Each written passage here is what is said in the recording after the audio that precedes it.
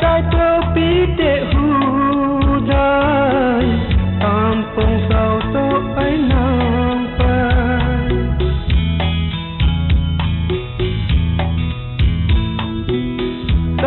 trái thơ bí để hù đời tam phong sao tô ấy nàng phai con nắng mân xoát mong thân của tình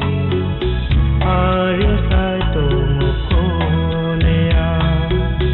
con nắng mân xoát mong cơ